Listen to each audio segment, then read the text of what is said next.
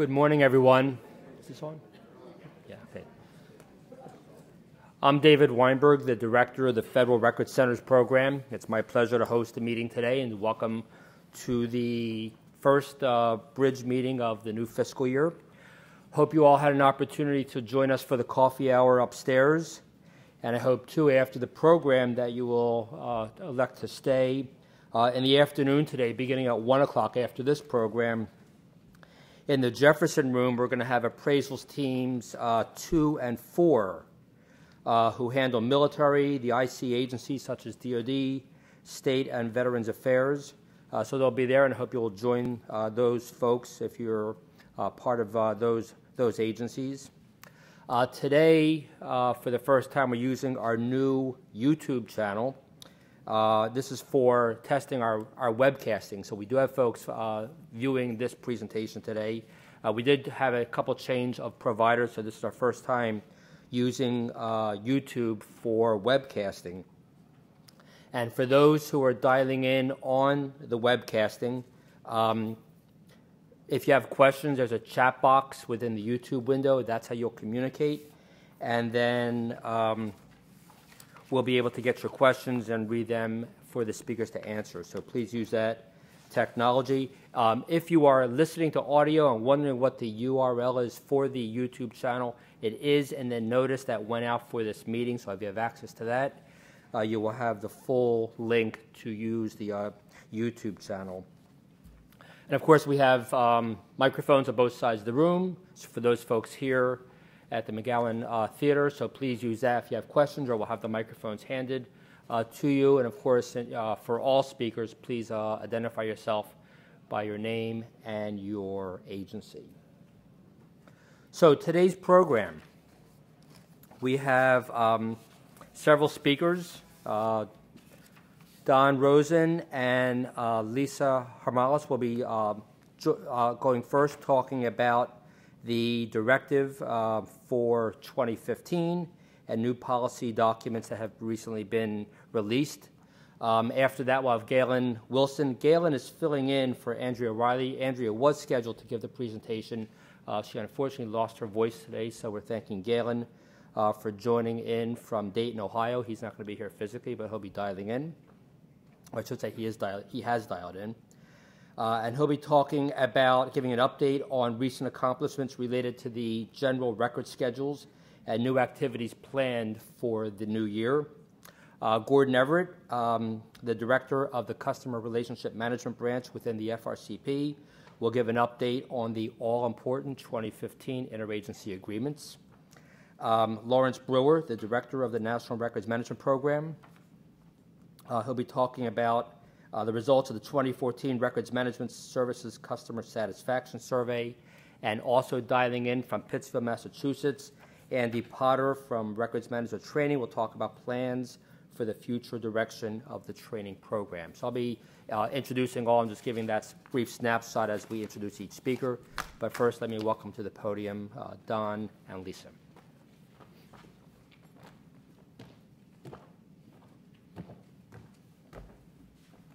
Good morning.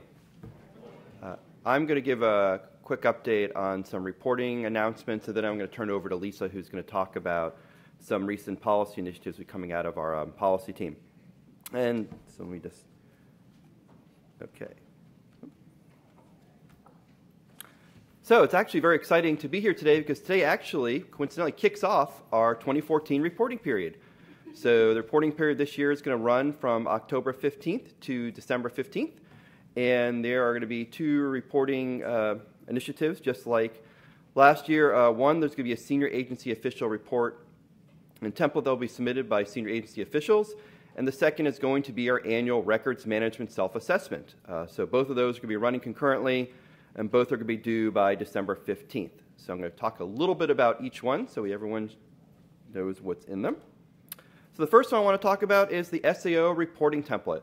Your agency should have already received it. We sent out emails directly to the senior agency officials of your agency, and we CC'd the records officers for this year to complete the template. The template looks similar to last year. There are 2 areas that I'm most interested in us getting feedback on, as we want to know Progress you are doing towards our 2016 goal of managing all of our email electronically. So we want to know, that's a main thing I'm very interested in knowing. And we also want to know about progress you are making on towards 2019, which is to manage all electronic records, all permanent electronic records electronically by the end of the decade. So those are our two big goals. We want to know how you're doing. I'm very interested in specifically how we're doing towards email. And I'm also very interested in learning about any best practices that you're doing at your agency, interesting things. So we ask you questions, not only just sort of get some quantitative information, but how you're doing specifically and give us a bit of a narrative as well. So that is out. You should have received that template. Agencies are going to get to determine how they want to submit the reports to NAR. And what I mean by that is whether they want to do it at a comprehensive level or they're going to do it by components. So we'll leave it up to the agencies to determine what works best for them. If there's any questions, they can send us emails at prmd@nara.gov. So if there's any questions about this template, how it's structured, where to send the information to, just let us know. We'll be happy to help you. And again, those reports are going to be due on December 15th. So that is the SEO report. And the other one is the records management self-assessment. And I must mention is the link for this is going out like now. So I understand that our oversight team is sending it out. So if you go back to your desk, you should already have that link in your mailbox if you're responsible for doing the RMSA, or it's going to be out in the next couple of hours, if not already. So that will be you receiving that today. Just a couple of notes about this. Please do not forward this link to anyone. If you want someone else to do it, email us and let us know, because it doesn't work well to forward it. So if you want someone else to do it, let us know. We'll make sure it goes to the right person. And if you do not receive the link and you think you should, let us know. Check your spam filter, and we'll make sure you get the link. The survey is set to close on December 15th, so if you're having any trouble with that date, please let us know. We have set up an email box, as we've done in years past, rmselfassessment@nara.gov. So the RMSA is open for business, and you can begin filling that out. A couple of exciting things I wanted to know about is, one, we have a new survey tool. Very excited. It's called Qualtrics. We think it's going to be an easier tool for you to work with, an easier tool for us to get reports and data to you and to share so you know how you're doing. And then a couple of cool features. You'll be able to review and print your responses yourselves right there. As soon as you're done, you can print those out. You're going to receive your scores immediately after you submit your response. So you don't have to wait for us to add it up. It's going to do it for you. So you'll be able to know how well you're doing right away. So that should work out really well. Like we've done in years past, we are doing validation on the RMSA. So you may be randomly selected to do participate in some phone interviews for us to validate the information you're purporting in the report. We are required to do validation, so which is why we do that. As part of what we are required to do when we do the RMSA. So you might be one of the lucky agencies that we contact to give us a more deeper dive into your responses. So once again, RMSA open for business. We're going to be putting information up this morning on the Records Management Express blog with details about it. Again, this is the email where to contact us, RM Self-Assessment. We also have additional contacts you can get in touch with.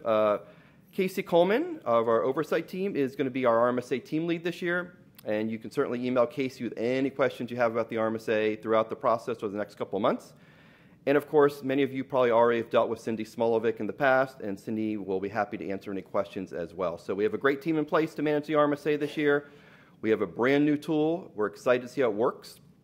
I also think it'll make it easier for us to get the reports out to you in the future, because it's going to do a lot of that work we've had to done manually in the past to consolidate the data. So it's, I think it's really exciting. We're happy to see how it works, and we're excited to get your feedback about how well it worked for you as you go through and do the self-assessment.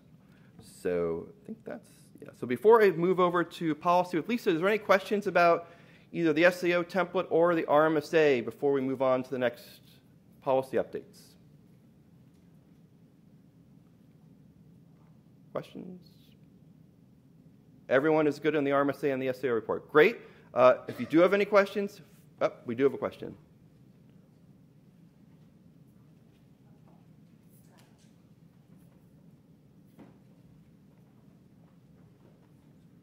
Hi, I'm Rachel Bear. Hi, Rachel. From the Department of Labor. And I do have a question on the RMSA survey. Since you mentioned it's a new tool, will we be allowed to go in and out prior to completing the survey? I believe you are. I think that allows you to go in, and there's no that you could save what you've done and continue to work on it. Okay. So you should be able to go in and out. I did go in this morning, and I didn't see any links to save or return. So I was just curious. It did send my survey is completed. It didn't say it was complete? And I didn't get to finish it.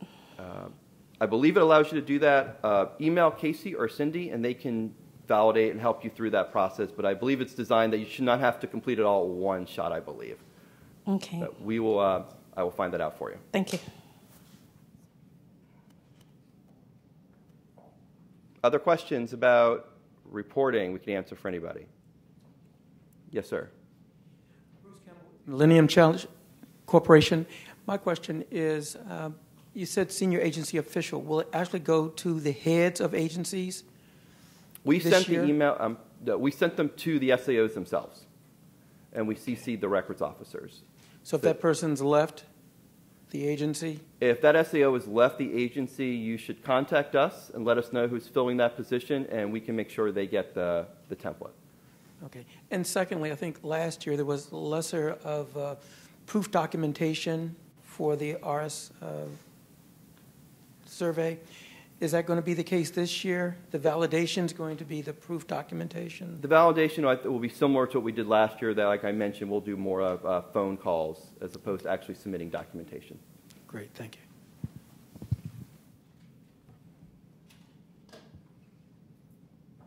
Other questions? Okay, just once again, if you have any questions about the self-assessment, send it to either the email address or contact Casey and Cindy with any questions. They're very, very responsive, and they are standing by and waiting to answer any of your questions. And, of course, same with the SAO report. You can contact also myself or Lisa here, and we'll be happy to help you with that. Another note on the SAO report, there actually is going to be a SAO reaffirmation on November 15th, so that'll be coming up as well. So lots of reporting deadlines. But we also have lots of new policy initiatives out, and with that I'm going to invite Lisa up here to walk us through some of our new policy initiatives that have been recently released. So, thank you, Don. Can everyone hear me okay? Great. So my name is Lisa Haralampas, and I am the Director for Federal Records Management Policy at the National Archives. And today at this BRIDG meeting, I wanted to highlight, for those of you who have not seen or heard already, highlight 3 different products that have come out in the past month. The first one to make sure you are aware of, and this is an awareness briefing, so I'm covering this at a very high level. The first one to make sure you are aware of is the OMB NARA memo. This was released on September 15th. It is OMB Memo M1416. It is called the Memorandum, which is, we are calling it the Memorandum to help distinguish it from our directive that was issued 2 years ago by OMB. And this one's focus is on email. So it is the memo with guidance on email. Email, we're getting very close to our 16 deadline from a perspective of how agencies, things move so quickly. We're only we're months away now, not years away. And so to get to that December 31st, 2016 deadline, we have issued some additional email guidance. This summer, one of our main focuses had been on email and email management. It was one of the central animating issues we described for this summer with our various hearings and various attention that have been happening because of the directive. So OMB wrote this memo to highlight for federal agencies the importance of email management. You can find this memo on the NARA webpage, our records management webpage. If you look under our email management section, so we have a button for email management. This is our latest guidance piece and guidance documentation. It's available there. And if you read this memo, you will see that OMB in its first page highlighted the importance of the directive that was put out 2 years ago. It talks about the 2016-2019 deadline, and it focuses on training. So it sort of recaps what's in the directive and says it's really important that you focus on the email that is coming up soon. And in fact, what makes it unique is that they actually attached our NARA Bulletin 2014-06 to their memo. So if you go to the OMB website and you were to look at memos, you would not only see their memo, you will find our bulletin. So OMB provided sort of the umbrella, the guidance, and the stress of the importance of managing records, the importance of the directive, and the importance of email by saying, please make sure, heads of federal agencies, that all of your employees are aware of this bulletin, of this memo, and of their email management responsibilities. So in the bulletin itself, you will also find that on our email management page, on our bulletins page. What did NARA say about email management? We realized over the summer as we were looking at our policies that we've talked about email a lot and for a long time. And we've done it in a lot of different vehicles and venues. This bulletin sort of pulled together all of the email guidance we'd issued in the past and set it all in one place. So if you go to this bulletin, you will learn about what are agencies' responsibilities for email management? What is the role of a federal employee for email management? We talked a little bit about the capstone approach, which is issued in a bulletin, previous bulletin. We talked about the importance of mitigating against the loss of email records, how to report email loss, and then we have like almost 2 pages worth of text, questions and answers, and then a whole set of links to help show people this is where we've said this in the past. So if you want to know more about capstone, here's how you find the capstone bulletin. If you want to know more about reporting loss, this might be of interest to you what those procedures are. Here's the bulletin or the regulations and information we have about how to report loss. So this bulletin is very high level. What makes it interesting is it's sort of a compendium, so there's not really anything new here. Our emails federal records, they sure can be. Do they need to be managed according to the Federal Records Act? Yes, they do. How do we go about doing that? We emphasize the directive goal, saying it should be done electronically by 2016. And then what do you do if you have email issues? Where do you go for further guidance? And we've listed all of those reports together. So this is actually, I'm speaking very calmly as I'm using my presentation voice, and I just am probably belying how excited we are about these 2 guidance products. The fact that OMB's put this forward was very unique for us, that the fact that they highlighted one of our bulletins in this manner is very unique. It has not the way normally policy is issued for us. And we're getting a lot of attention and a lot of questions, and we are hoping this is going to help us meet that 2016 deadline by the awareness and the importance of it. The third item, so those were our 2 policy pieces on email management. I also wanted to highlight and make sure you're aware that we have completed one of the items that was in the directive under item A31, which is our shorthand. Our longhand is to say we have finally released, and we are proud to say it's available, the Automated Electronic Records Management Report and Plan. This was put out on September 19th, and you can find that on our website at the link that's available here. It is also available, you might find it easier to find on our Records Express blog. So if you didn't want to capture down this URL and take the chance to miss it, I invite you just to check Records Express. So you find it in one of our September posts.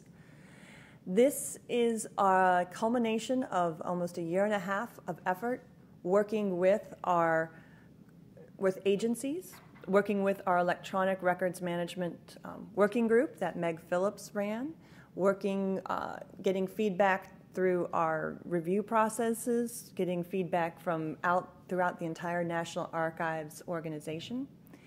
And this is our report and plan to try to help describe the state of automation and what NARA can do to improve electronic records automation. It's a tale of 2 documents. It was in the directive, it said NARA should write a comprehensive report and plan. And when we went back to do that, we were like, okay, which do we do first? So we actually have two sections in this document, a report and a plan. The report was put out for comment in March, and with the comments we received from the federal records community and from OMB and from other partners, we improved the report a great deal, but it basically had the same structure as before. We talked about that the report focuses not just on records management, but records and information management. And we're trying to, with this report, push forward the profession of records management to records and information management. The report does note that before you can do automated electronic activities, you need to have a solid policies and programs in place first. And if you haven't heard us say it before, we'll say it again here, and it's in the report, that NARA's position on DoD 5015.2 and records management applications is that those are a very valid approach to records management, to automating records management. That is not the only approach, and we realize that with the complexity of electronic records management, most agencies and most records management programs use a variety of approaches to successfully automate electronic records management. There are lots of factors to consider when deciding what approach to use, and we discuss some of those in the report. And at the end of the day, we sort of came up with 5 different ways of automating electronic records management. We talked a little bit about the risks. We talked about some outcomes. And it's in there in great depth if that is an area you're interested in reading and would like to know more about. On the bottom of the slide, because I figured it would too much of a tease to say there are 5 approaches and not tell you what they are, we came up with the first approach, which was a manual approach or no automation, to recognize that in small micro agencies or small offices within an agency that there are times when you make manual determinations as to what you're going to save electronically. The other approaches we discussed were a rules-based or roles-based approach, or that, for example, Capstone is a rules or roles-based approach to electronic records management. You say all email of a senior official will be declared as a Capstone account. The rest will not, so that's a roles-based approach. We talked about business and workflow approaches, where you look at your business activities or your business systems and determine the points of records capture in a regular workflow, so records management is automated through its business process or workflow. We also talked about modular, reusable records management tools, which kind of brings a little bit of the 50-15 approach in, or open source tools or other activities where you say, I'm going to have a system that I'm going to add a records management component in for either the full life cycle or maybe a part of the life cycle, which is why we took modular and reusable. And the last but not least was the idea of auto-categorization, where you have electronic records being produced and you use auto-categorization tools to try to identify what needs to be captured, what needs to be automated, and how to solve it. So that is the high level and the awareness of what's in the report. Again, if you were to read that document, you'll go into great detail and depth about what we mean by those approaches. So the report and the approaches were for agencies to talk about how they want to take automated electronic records management forward. Again, meeting that 2019 or that 2016 goal. These are the ideas of how we might reach there. The document and the directive required us to come up with a plan as well. In the original plan that we put out for comment, we got very substantive comments, and we went back and redid the approach to the plan. Said approach too many times there, but we went back and looked at the plan and said, how can we come up with plans to help move the federal government forward? So the second half of the document is, we just call it, we have the report with its approaches and we have the plan. We came up with part of our problem was that it was hard to pin down a plan at a moment in time because the environment changes so fast that it would be outdated. Plans seem to become outdated within 2 to 3 months by the time we finish the review cycle. So instead of focusing on project management, concrete WBSs with this is what's going to happen, we decided to break the plan into a framework that focuses on procurement, governance, and technology.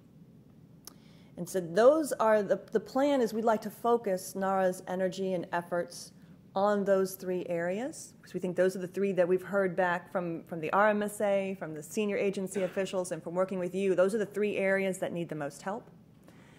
So underneath that framework, we came up with a set of ideas, initiatives, or actions. So some things were very concrete. We said we can do this right now. For example, under governance, we have the idea that we'd like to be issuing standards on metadata. That also helps with the technology. That's a concrete activity that we hope we'll be briefing you next time at BRIDG. But there are other ideas that were ongoing, like we would like to continue SAO community work, or we need to have requirements for electronic records management. Some of them were larger ideas. We wanted to capture them in the plan, but we know we don't have action items for them yet.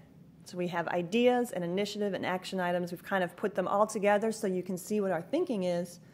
And you'll know these are the areas that we're trying to work, and maybe some of the ideas will have traction and work, or maybe they'll change and become something else, which is usually what happens with the work that we put forward. So it is our intention within the next 3 months to set up a website so that the plan can become a living document. So the report and the approaches we think are solid or mature are the areas that we look forward to sort of explaining how we approach records management. The plan will continually be evolving.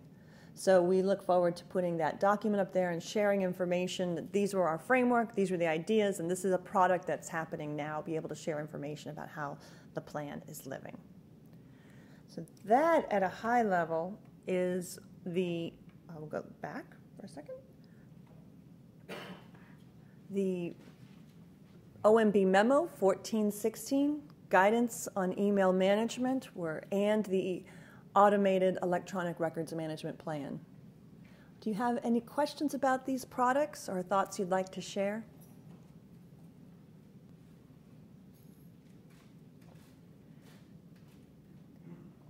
And I gave you the very high-level view, and I strongly encourage you to go read the documents in detail if you are interested.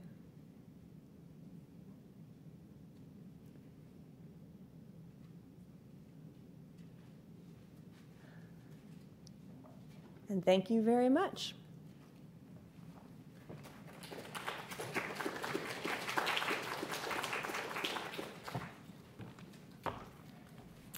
Thank you, Lisa. Thank you, Don.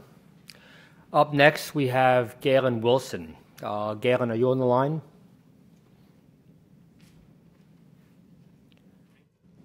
Do we know if Galen Wilson is on the phone?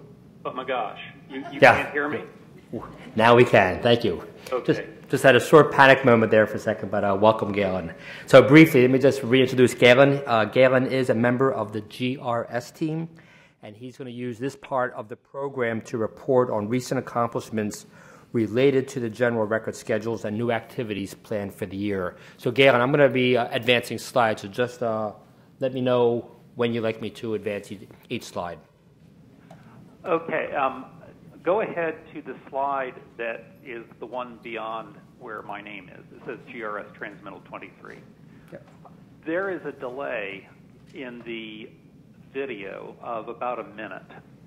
So if anyone else is watching this on video and not on the telephone connection, then it's going to be a little disjointed. But we'll just hope for the best.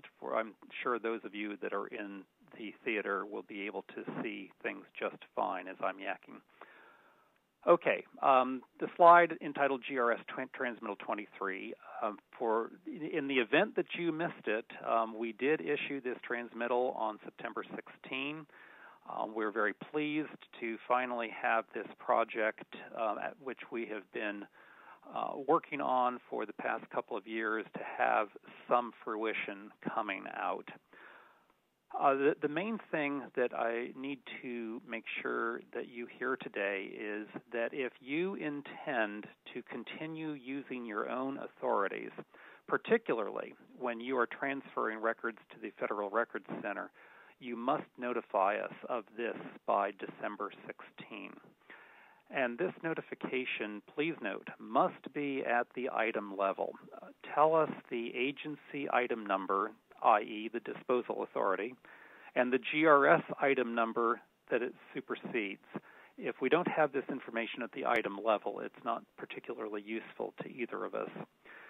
So please, by December 16, if you can comb through your schedules and let us know what if you are planning to continue using your own authorities, even if they are based on GRS authorities. Also, we wanted to let you know that agencies have until mid-March to distribute the new GRS within your organization. Please make sure that that happens, and you may, of course, need to be updating your schedule to conform with specifics in Transmittal 23. Next slide, please. I mentioned the FRCs a moment ago, and just wanted to underscore that for years and years and years now, agencies have been free to use GRS authorities directly or to cite agency manual item numbers when transferring records to the Records Center, even if those agency manual item numbers are based on GRS authorities.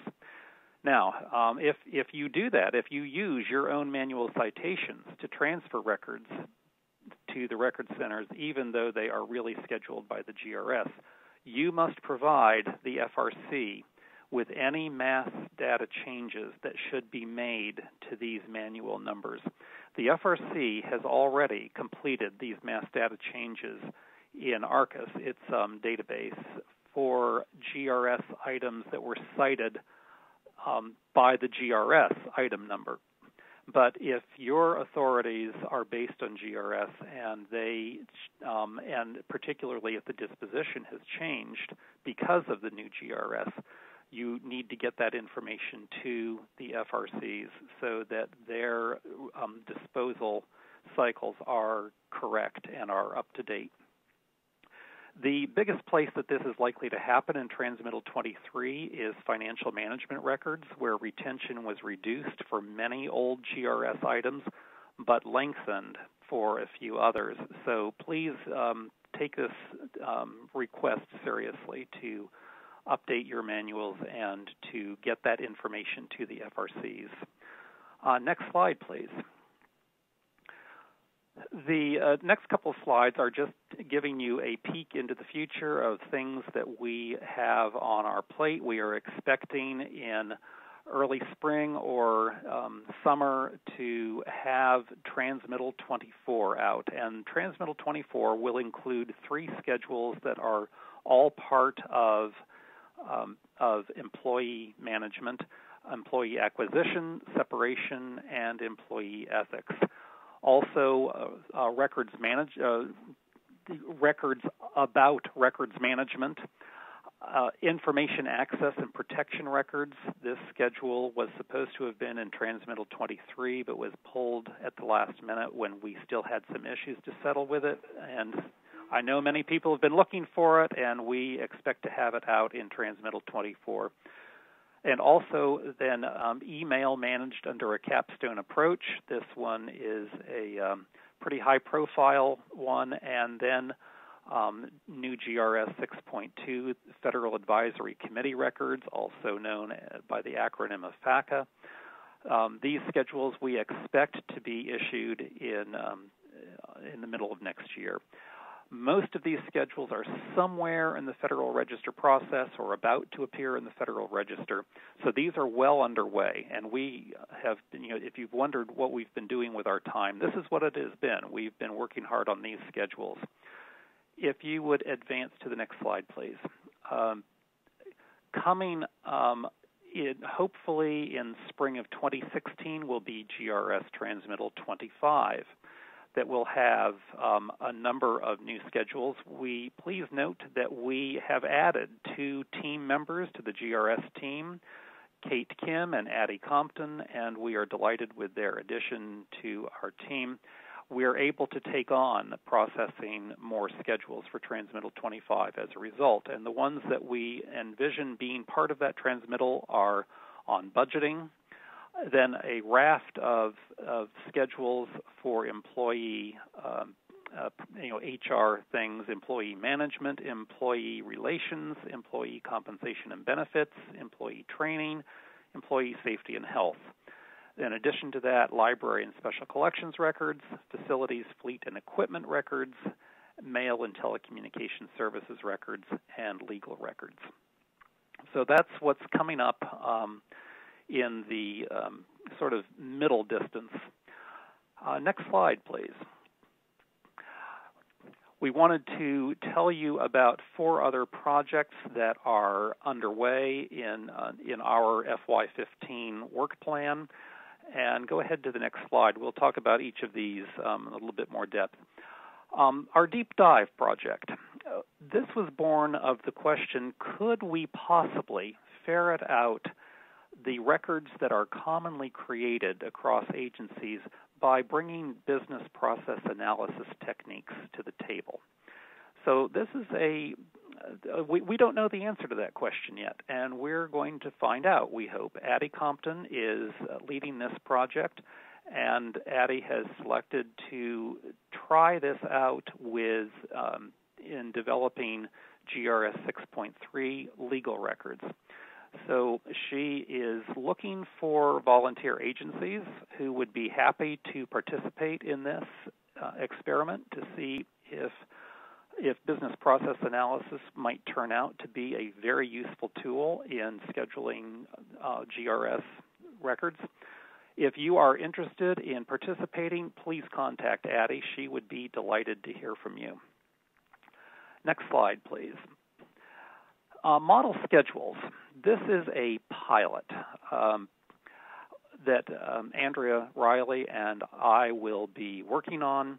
This was born of our attempt to do a general record schedule for web and social media records that did not quite make it to fruition. And the more we realized what the issues were in trying to do a schedule for web and social media, we realized that maybe what might be more efficient would be to create model schedules that, instead of presenting you with a finished product, instead gives guidance on how to schedule records in your own agency, and sort of think of it as a template that you can use to plug in specifics within your own agency. And it's a tool that will help you recognize the value of your records when you see them. So, again, this is a pilot. Andrea and I will be working on figuring out areas in which we can test this, and we are planning a focus group sometime in the late winter, and we would be delighted for you to participate in this if you have a mind to. The other 2 projects that we want to mention, they are designed, next slide please.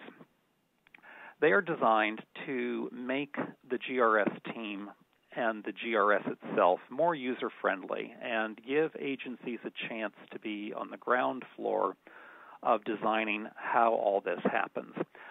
The GRS Education and Outreach project is being coordinated by our team lead, Andrea Riley.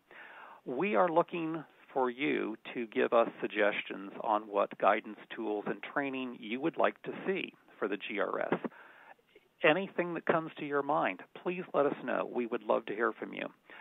We will be creating FAQs on how to apply the GRS to government-wide systems. We know we will be doing that, but if there's other ways that you can think that would really help you get your mind wrapped around changes in the GRS and how we can be of help to you, please let us know.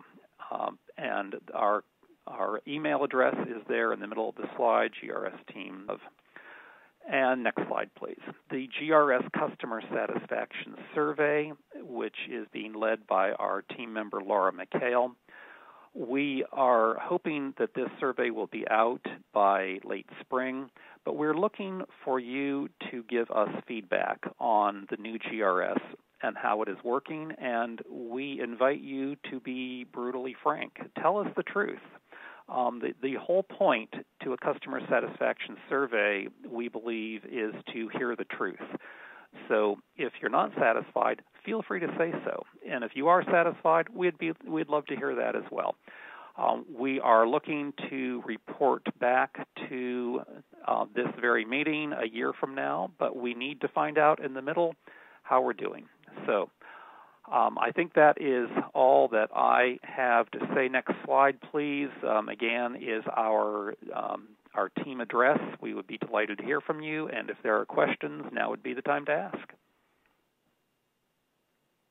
Thank you very much, Galen. So for folks in the room, feel free to ask questions of Galen about his presentation. And again, those on YouTube through the YouTube chat dialog box. So questions for Galen. Question over there.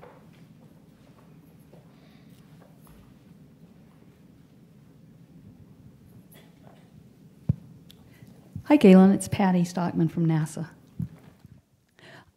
Just wanted to ask you regarding your direction to us that if we have records stored in the Federal Records Center under an agency item citation that is in fact tied to a GRS item, did you mention a deadline by when we need to inform the FRCs, or actually something that might be helpful to come from you guys is some sort of template or structure in which it would be nice for us to supply that to the FRCs? Scott Rowley of the FRC program has put together a memo to agencies, which I received a copy of yesterday, and I am now looking in my email for it to see if it puts a date on it. Andrea, I know you're on the phone. Do you know off the top of your head if there is a date by which? Scott hasn't told me one. I imagine that the sooner the better, because it affects disposition of records, and I know there's cycles. They go through cycles. I don't know enough about when the next one is. Yes, probably the sooner you can do it, the better.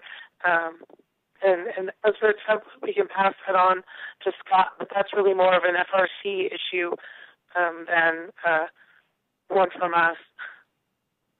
I have Scott's memo up on my screen now, and it does say agencies should incorporate the GRS into their records management programs no later than March 2015. But, informing the FRC soon is good because in many instances you may find that the retention period is reduced and you can save some cash.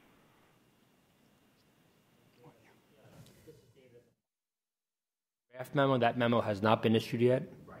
Right. Okay. So that'll be forthcoming then. Angela Dorsey, who's monitoring the chat box, has a question from chat. Yes, we have a question from Karen Skivakis. And the question is, this is for Galen, did the GSA approve the change to the retention of procurement records that fall under the simplified acquisition threshold, in parentheses, item schedule under the old GRS schedule 3.3A1B? And then there's a follow-on. Has or will the federal acquisition regulation be amended to reflect this change in the retention? The short answer is yes.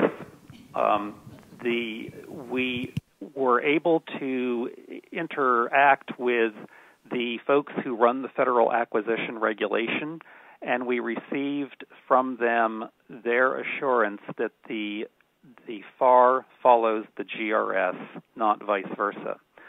So the FAR will be amended to reflect the terms of the GRS. So yes, GSA has signed off on this, and everything's cool. Does that answer your question?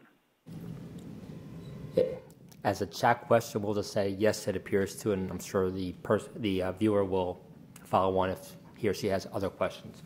Question over here to the left. Other than Capstone, are there any important new items that you're planning on adding to the GRS, or is it all revision of current items? Most of the schedules that are on our plate for developing include new items, and I can speak only off the top of my head. I can speak only authoritatively concerning the ones that are on my plate. We are looking in the GRS for employee compensation and benefits. We're adding an item for child care.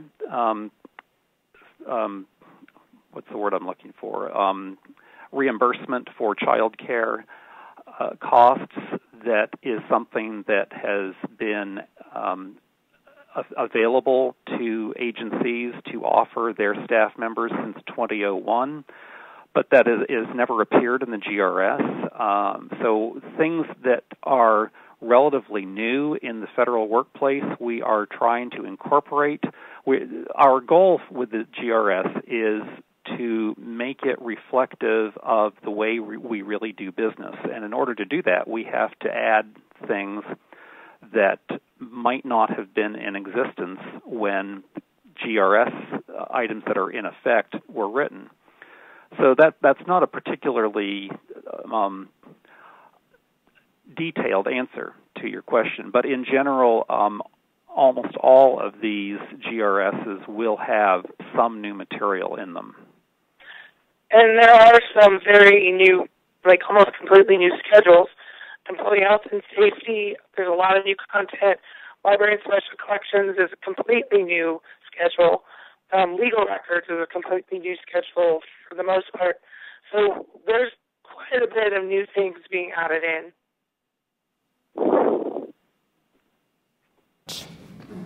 Are there other questions either online or here at Archives 1? Okay, with that, we'll move on. My thanks to Galen Wilson and Andrea Riley, who was able to join for a few comments despite her not up to par voice, but looking forward to having her back. And again, thanks to both for that presentation.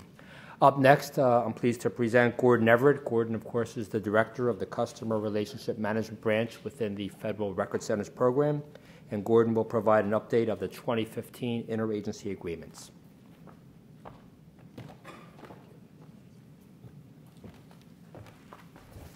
Thank you, David. Good morning.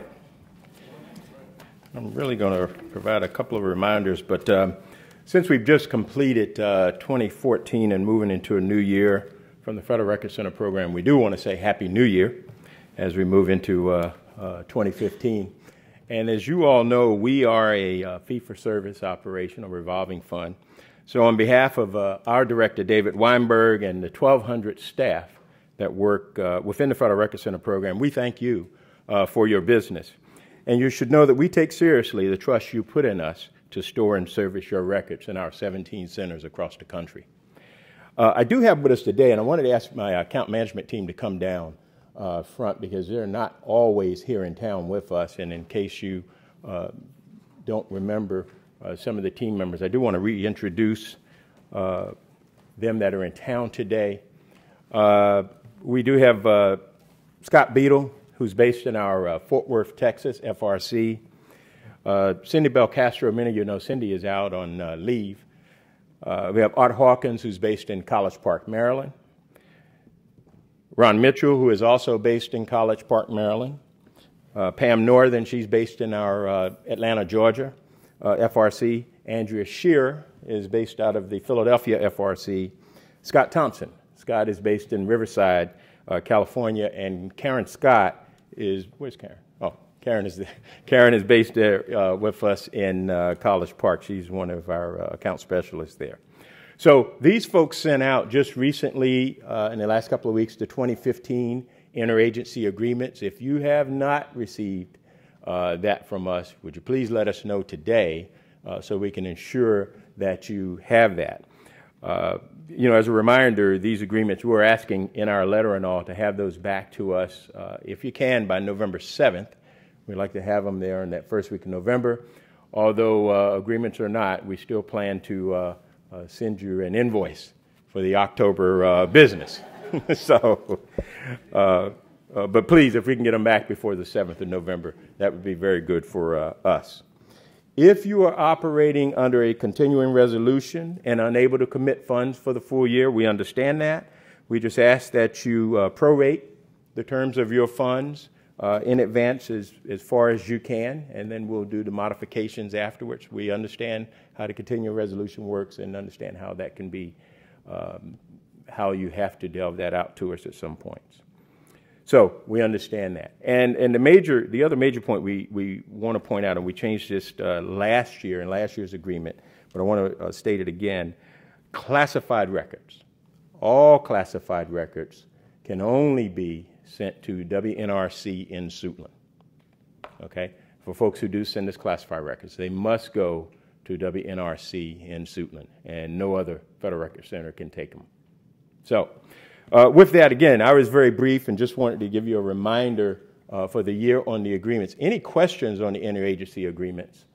I have all my subject matter experts here with me this morning, and we can handle those questions. Everybody saw the agreement? Anybody not received one yet? Good. All righty. Oh, we got a question? Yes. Oh, no question? Okay. All righty. Thanks very much.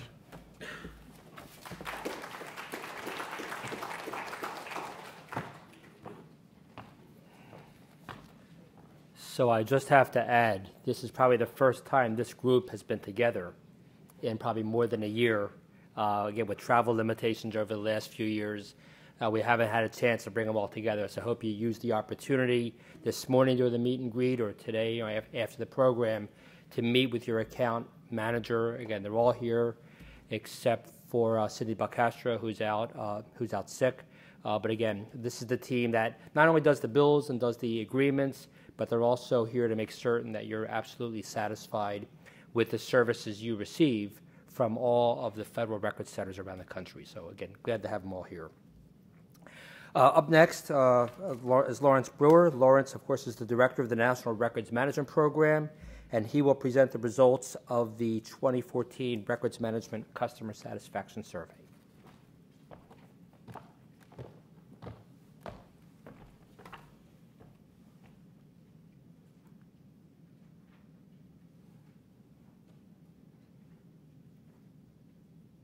Okay, I apparently did something very, very wrong. Someone up there help me? Wait, okay.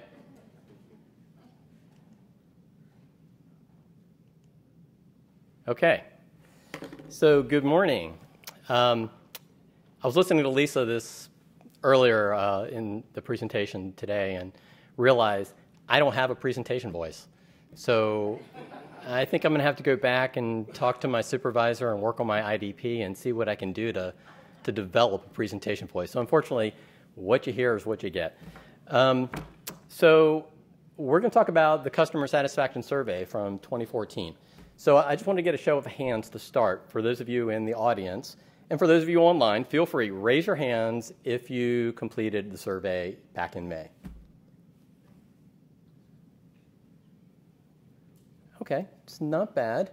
We'll talk about why everyone in this room is not raising their hands later on in my slides. Okay, so hopefully all of you were able to see the final report, which was posted on Records Express, I believe, last week. We have all of the other reports up on the website, too, so you feel free to go back and look at previous years, but we just posted the results of the 2014 report. So what I want to do today is basically three things, and just giving you a heads up, there will be a quiz at the end of my presentation. So I want to go over the results. I want to talk about the next steps and what we want to do working with all of you to make improvements. And then, this is where the quiz comes in, I want to have some discussion at the end, sort of build upon what we were trying to do with the survey, because I noticed there were a lot of people here who didn't raise their hands, so I want all of you to have an opportunity to give us some feedback. So I'm going to talk about the results at a high level and then maybe go through some of the comments and some of the themes that sort of arose out of the survey. So just some background. We've done the survey every 2 years dating back to 2004. The focus has always been satisfaction with the records management side of the House of NARA.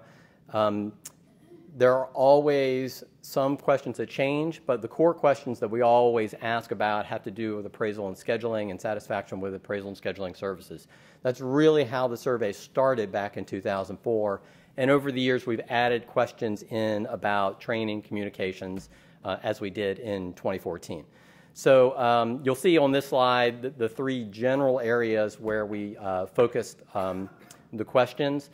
We always try and move things around. We don't want to create a survey with 500 questions that is really burdensome for you all to fill out. So we try and keep it to like 20 questions and then kind of pick and choose every year focus areas that we want to concentrate on a particular year while always keeping the core questions so we can measure satisfaction over the years. So just a little bit on the process. Sort of a reminder for those of you who forget, like me, what happened back in May. We sent out RM communication on May 19th. The survey tool was Question Pro. I was happy to hear, as Don was talking about, the new tool that we have for the RMSA called Qualtrics. In 2 years, we may be using Qualtrics as well, but for this year, we did use Question Pro, which I believe was the same tool we used 2 years ago before that in 2012. So as I said, maximum 20 questions, but we also in the survey provide a lot of text boxes. We realize that sometimes you check a radio button and it's useful because you can quantify that, but a lot of times the real value is in the comments that you're actually able to provide. So we'll go over some of those things, and those are the things that we really look at. When we do the final report, you'll see some of the numbers. We've got some pie charts coming up and some bar graphs, but what we really want to hear is, in your words, what are the things that we can do to really improve the records management services that we provide to all of you every day? So in just a reminder, I put it here on the slide, the link to the Records Express posting where you'll find the final report for 2014. So in a little bit more detail, there were 4 general categories of questions that we focused on this year. We always have some demographic information, so we're able to capture the position title of the people filling out the survey, how long you've been a records officer, and what your responsibilities are. One of the things we're trying to get at is records management, is it your primary responsibility, or is it something you do as collateral duty, or are you also doing FOIA, privacy, and so on. So we're trying to get a sense of what you do as a records officer and what your responsibilities are in your job on a daily basis.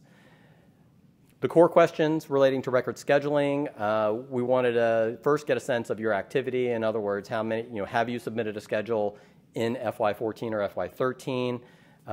Did you use ERA to do that, or are you completely unfamiliar with ERA? And then the key question that we have on timeliness, how fast were your schedules turned around? Are there process questions that you're concerned about that we need to work on? And then into the third category, records appraisal. Generally, we ask questions about your relationship with NARA and your appraisal archivist. How is that going? Are you satisfied with that relationship? And then related to communications, are you getting timely responses back from the people that you talk to at NARA? Are you getting your monthly report that covers status and updates on schedules that are registered with NARA? And then this year in 2014, we added this fourth category on records management training, and we asked questions specific to the courses that you might have taken and materials that were provided as part of the training. So these questions would only apply if you in FY13 or 14 had taken a course, and it didn't limit, the questions didn't limit to the face-to-face courses that we offer in College Park, but also our offerings that we provide online and on NARA's YouTube channel. So getting to the results, starting off at a very high level, we sent the survey out to 254 recipients. We got 67 responses back, and it was only a response rate of 26%. So now I understand why a lot of you weren't raising your hands when we started with the survey at the beginning of this. Clearly something I think we need to work on. We probably should have sent out some more reminders, maybe talked about it a little bit more at BRIDG, and I'll be interested in hearing your feedback on how we might be able to do this a little bit better when we come around to 2016 so that we can get a much higher response. Frankly, of all the numbers, that's the most disappointing, at least from the summary results page. If you go down to the other bullets, overall satisfaction with scheduling and appraisal is at 89%, which was actually our highest satisfaction rate since 2004 when we began the survey. So that's a very positive thing that we take out of the survey this year. And satisfaction with NARA staff. The comments that we received from you about your interactions with your NARA appraisal archivist and other staff at NARA at 88% is very good. But for both of those categories, there's clearly some things that we can work on, because when you look at the records management training, 100%, okay, maybe there's nothing we can do better. I wonder about that, but the results are saying 100% satisfied. So we feel very good about that. With scheduling, appraisal, and working with your NARA appraisal archivist, and this was borne out in the comments, as we'll see, that I think there are some things that we can improve upon and work together to make better. So drilling down a little bit, this chart covers overall satisfaction. So this is the 89% overall satisfied. So you can see how it breaks down. And the way we calculate satisfaction is the green and the blue column. So we take satisfied and highly satisfied and combine them, and that gives us the 89%. The good thing about this chart is, if you look at it, is there's no one in category 4 which is highly unsatisfied. There are 9% unsatisfied, and that's where we've seen a lot of the comments come in, and that's where we want to try and focus our efforts making improvements. So I just wanted to give you a sense, overall satisfaction through the years. So this bar graph just basically shows how it's progressed since 2004. And you can see, as I said, 2014 at 89% is our highest to date.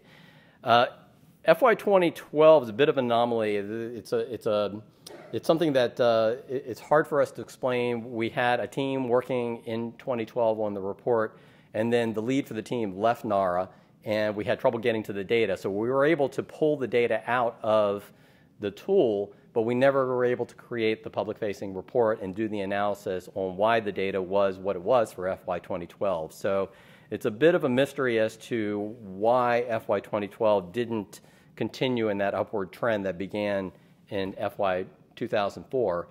So we're basically trying to look at that and then see what we have this year and see if we can move forward with the comments and the feedback that we're getting, and really make the improvements that we need to, so that 2016, the number is higher than 89%. So this just gives you a sense of, over the years, overall satisfaction with appraisal and scheduling services, because this is the key question for customer satisfaction that we've had every year since 2004. And that's what this is showing us.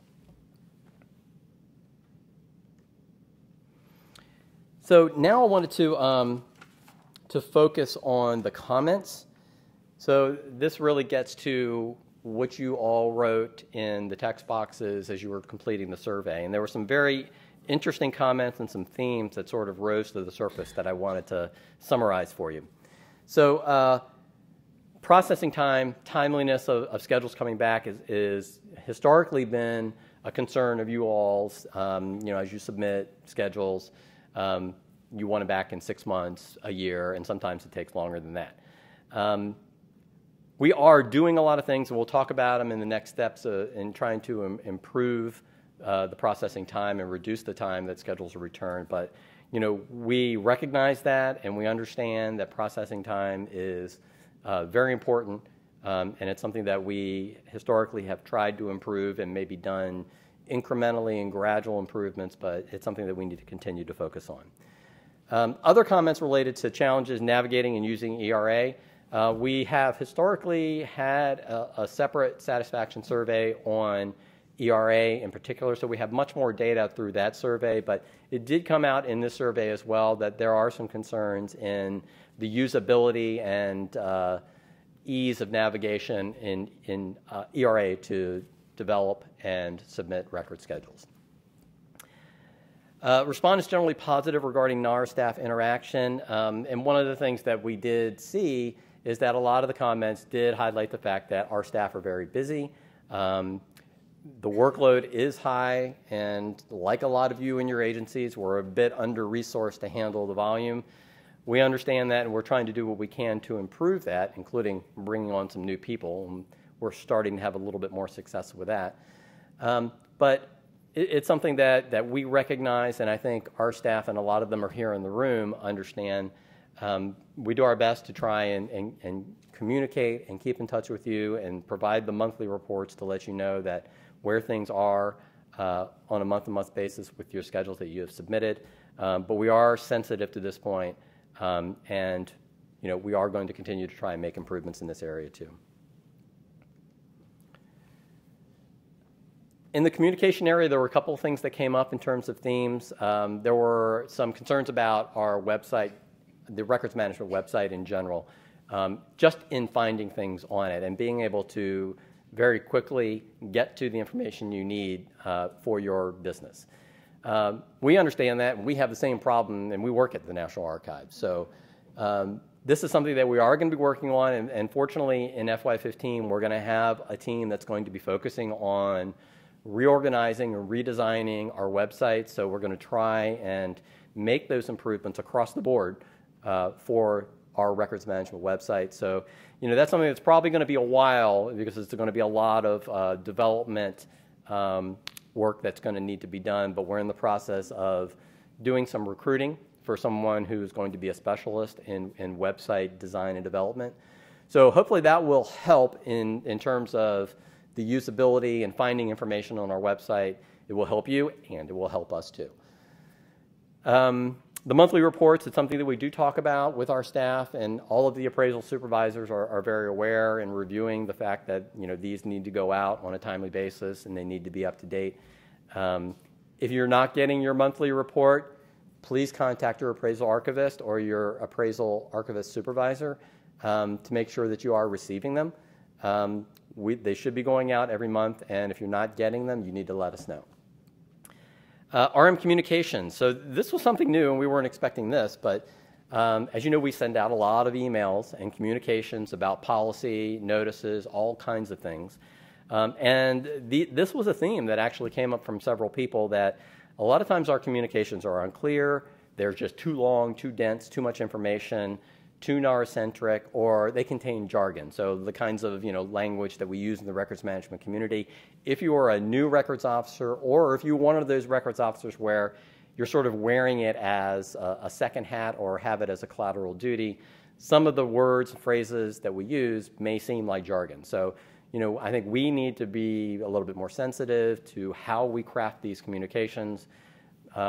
Use plain language when we can, and make sure that we're conveying things as clearly as possible. So that was a good comment, and one that we weren't expecting. So specific to records management training, there were a number of things that came up. Unfortunately, these are all things that we're aware of, and I believe you'll probably hear Andy speaking after me about some of the things that we're going to be doing.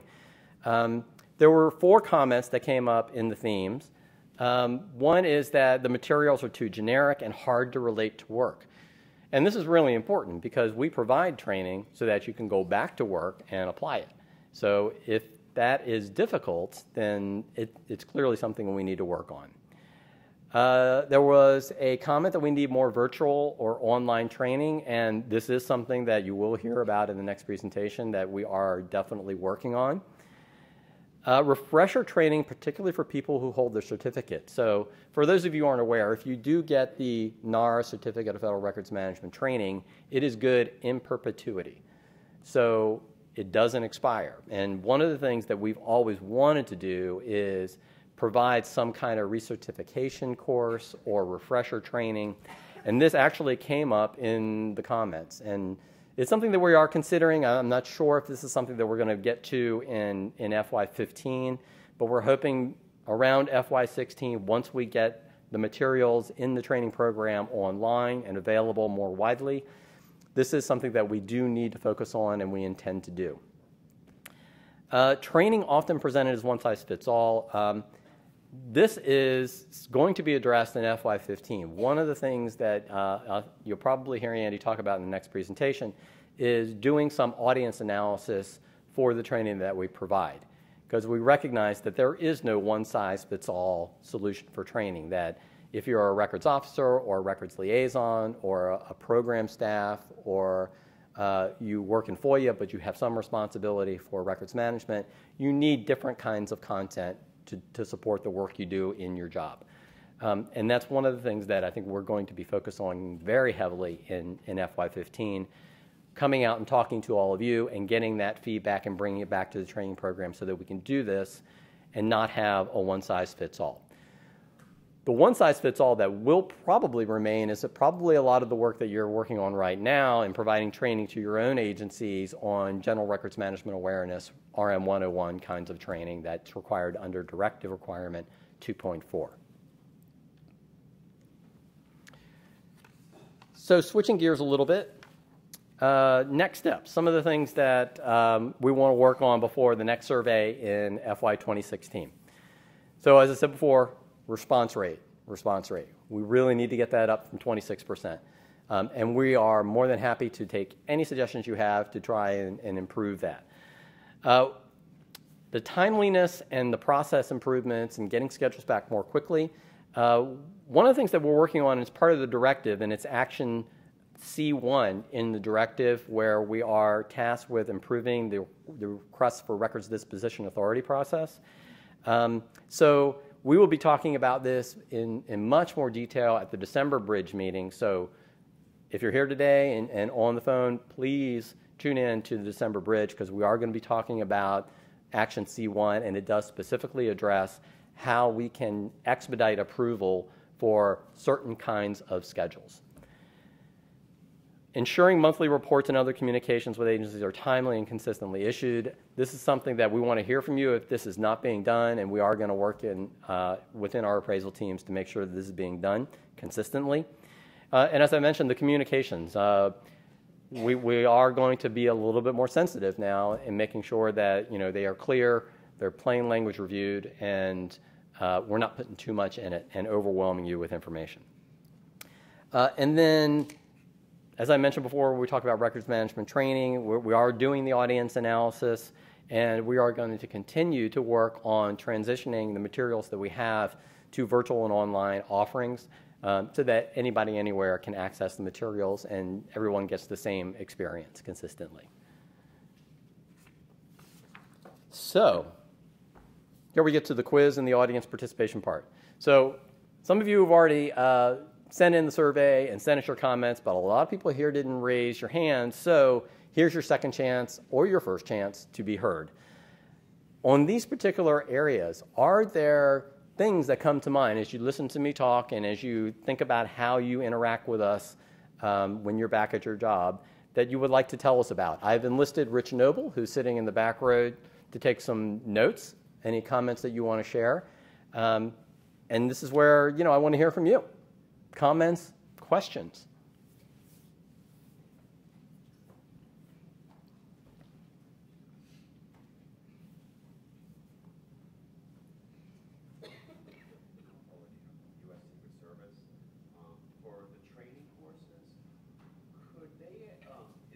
Possibility that the training courses will be offered at Archives 1 rather than Archives 2, because it's much easier to get here?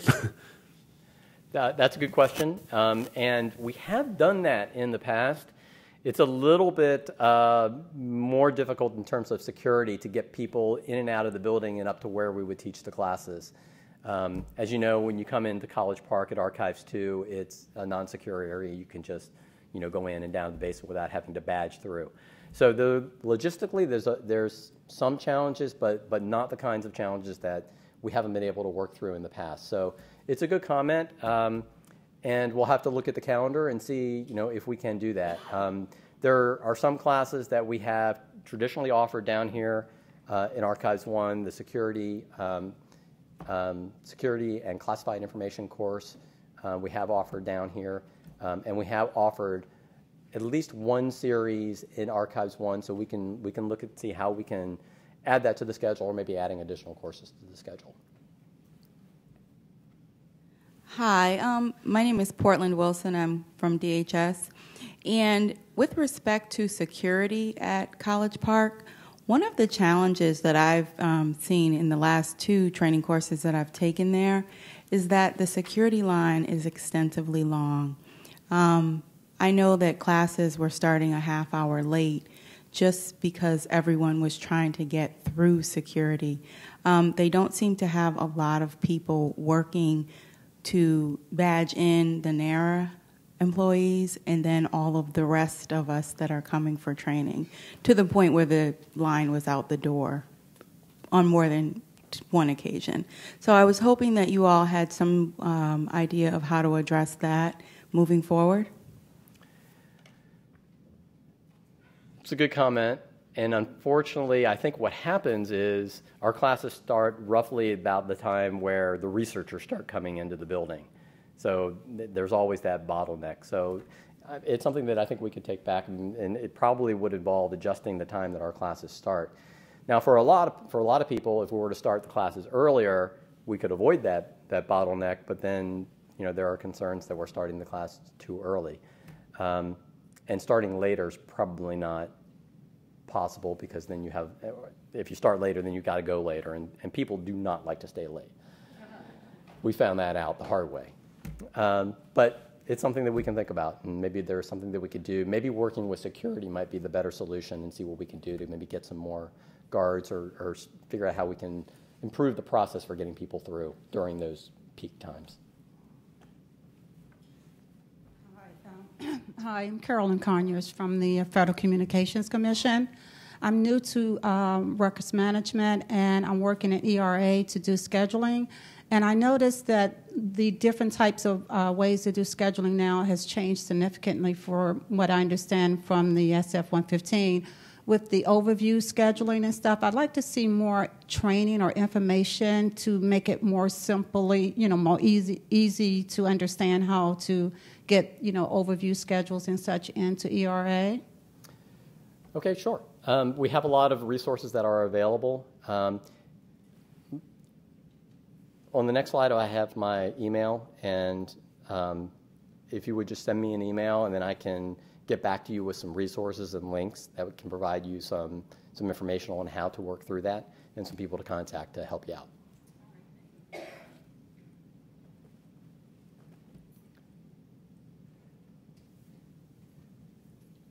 Any other questions in the room? Any comments?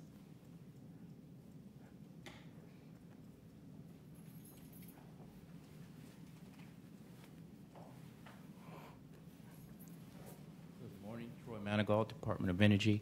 Hey, Troy. With regards to the scheduling process improvements and also kind of a training certificate issue, one of the things we had proposed is perhaps considering the folks who do RM as a profession, a full-time capacity, consider maybe an appraisal archivist mini course to allow them to maybe fast-track submissions by doing their own background dossiers that are more or less reviewed as opposed to submitted and then written by NARA, and it might speed the process up.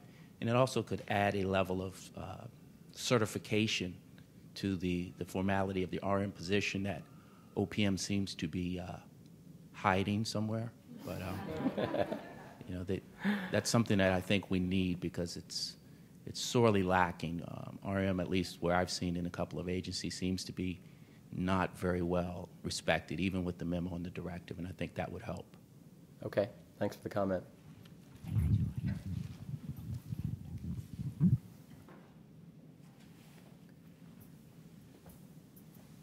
Any other feedback? Comments? Okay, I'll wait 3 seconds.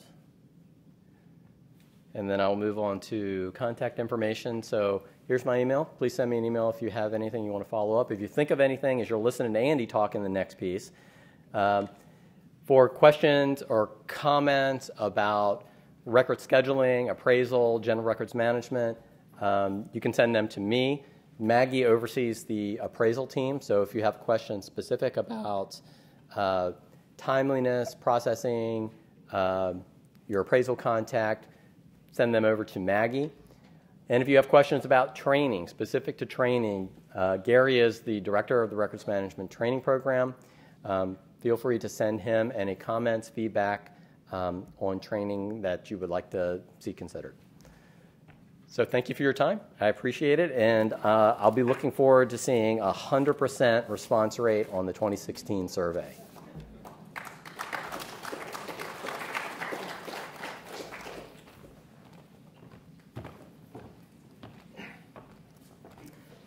Thank you, Lawrence. Our final presenter for this morning is Andy Potter, as Lawrence suggested. Andy, are you on the phone? While we're dialing in from... Hello, David? For a moment. I'll try to speak back from the microphone a little bit. Can we get Andy Potter on the line? Hi, David. How are you? This is Andy Potter.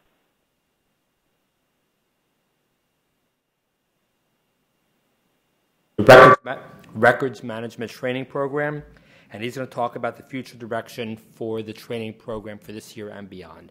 So, Andy, again, I'll manage the slides. And just let me know, cue me up to... Lawrence sort of gave away some of my presenting secrets.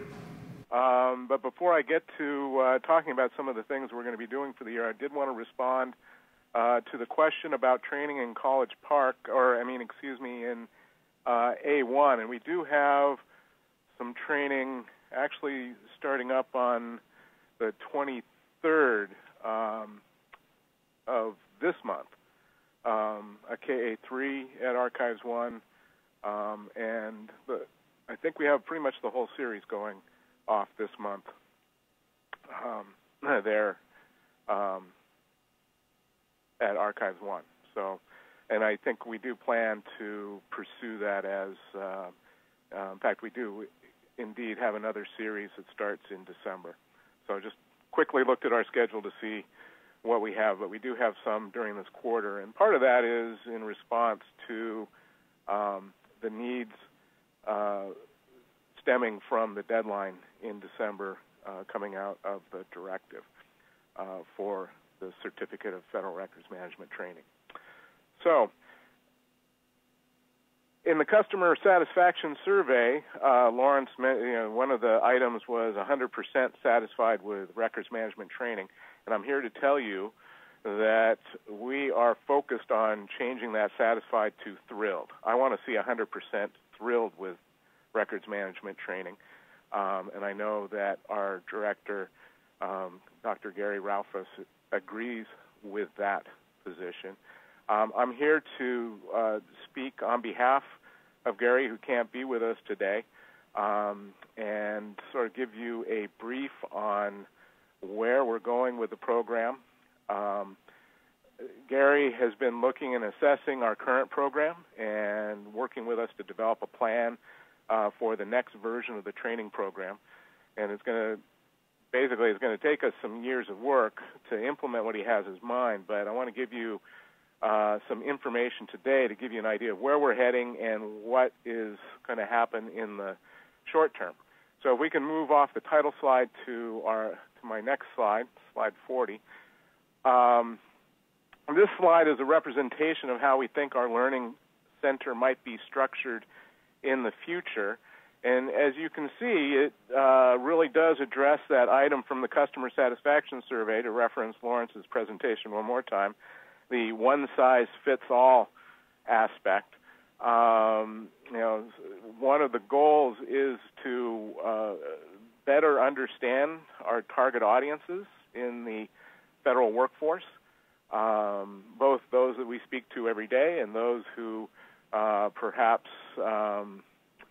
aren't part of our normal constituency, at least as it has been seen. So over on the one side, starting on the right, you see potential groups of employees that have some need for records management information or knowledge. But each group probably needs something different than another group. both in terms of content and in terms of approach, time of instruction, a whole range, the methodology that the training takes, that type of thing. So it's definitely, business going forward is definitely not one size fits all. That's if you take a theme away from my brief today, that's going to be one of them. We have in the past offered some courses that were targeted to different audiences. In particular, legal counsel. We had actually a suite of 3 program managers, legal counsel, and IT half-day courses that have kind of, the legal counsel is still being presented twice a year. And that's really sort of focused on the records management knowledge needs, tried to gear towards, obviously, legal counsel. And that is an approach that we can take as we move forward. The idea that we break our audiences down by position, and then within that, hopefully, begin to look at tasks and exactly what that what roles and tasks in records management each of those areas have. So the next column is basically a menu of choices that someone would have when they enter the Learning Center. There's some new things in the column, such as performance support, in other words, training, knowledge, information at the point of need. So somebody has to accomplish something. Here is just exactly what they need to be able to accomplish a specific task. And to accomplish that, we really need to have a real solid idea of what the position entails, what the task entails, the process, so that we can then begin to tease that out and have a real focused way of presenting it.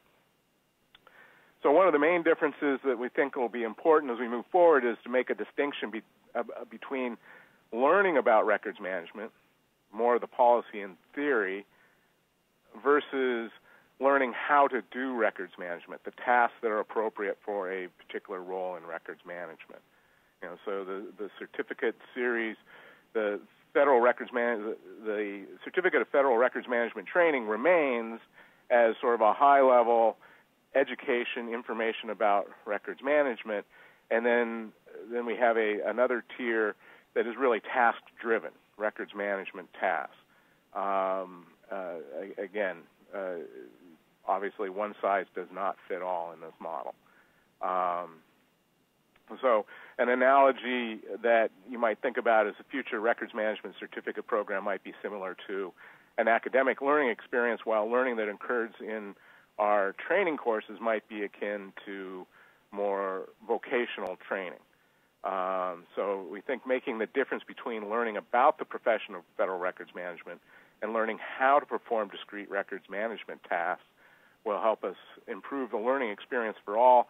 And also another aspect of that is the more, this is something I talk about a lot when I'm in front of a classroom, is the more relevant you make your process and procedures and tasks, the more relevant you make the information that you present, the more likely you're going to have get to the point of compliance and people doing what you want them to be able to do. And so relevance is really a key part there. So I'm going to talk a little bit about some thinking in terms of our instructional design on the next slide. And we talk about really one of the goals going forward is to understand what it is we're trying to teach, who it is we're trying to give that information to, and then adjusting our instructional design and use techniques that lend themselves to that particular type of knowledge. So, I mean, if you're trying to teach a task, then there's a particular way of getting of imparting that information. If you're trying to teach a process or a procedure, or if you're trying to teach a concept, There's going to be different different instructional design practice that is going to help that. And that's one of our. We have a number of projects going on this year. One is to develop an instructional design process for our program, so that we address that information as it comes in terms of who and what we're trying to teach. So we can design activities for both the face-to-face and online learning environments.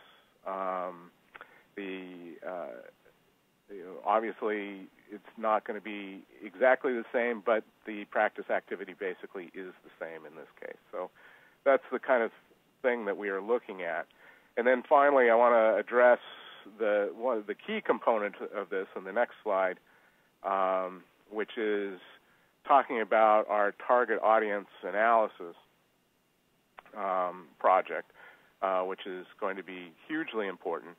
So the idea is to spend some time updating what we know about what your folks do with regard to records management. So one of the projects we're going to be doing over the next year is to collect data from agencies about what different groups of people do, what they need to know about records management, and what motivates them with regard to records management work. And to get that information, we're going to have discussions with individuals and groups of folks that fall into the different categories. And to start that off, in the December BRIDG, as part of a meet and greet, we want to have a discussion. So we are extending an invitation at this point to plan for you to please plan to stick around for the meet and greet discussion in December to sort of help us kick off our target audience analysis and pull in some of that information so that we can begin to document and really get a firm hold so that we can directly address that bullet point in Lawrence's presentation, one size fits all. We really, this is going to be the key step into moving and getting to that point. Next slide, please. Talk about Jill Snyder, my colleague Jill Snyder on the National Records Management Training Program is our project manager. She'll be coordinating the meet and greet. And if you have any information or want to contribute to this audience analysis project, that's Jill's email address. Gary Ralphus is our director. He'll be back in a couple of weeks, and he's always looking to get input from folks on our training program and how we're doing and what we can potentially do to work with you, because we're all in this together. And next slide, I'll leave it for questions.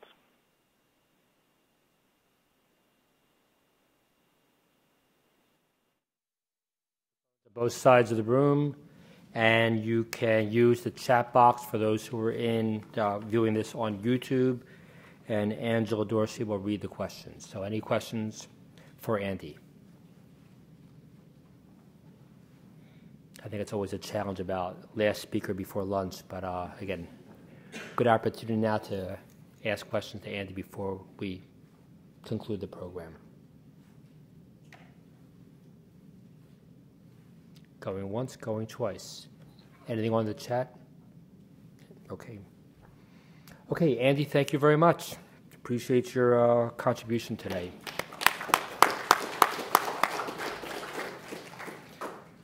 So a reminder again to everyone that after a lunch break at 1 o'clock, there'll be the meet and greet upstairs. And again, that's going to be in the Jefferson room for appraisal teams 2 and 4 for those who handle for the military agencies and the IC agencies. So please join for that. And again, thank you all very much for joining us today. And we look forward to meeting with you once again when we have the next BRIDG meeting in December. Thanks so much. Oh. Thanks.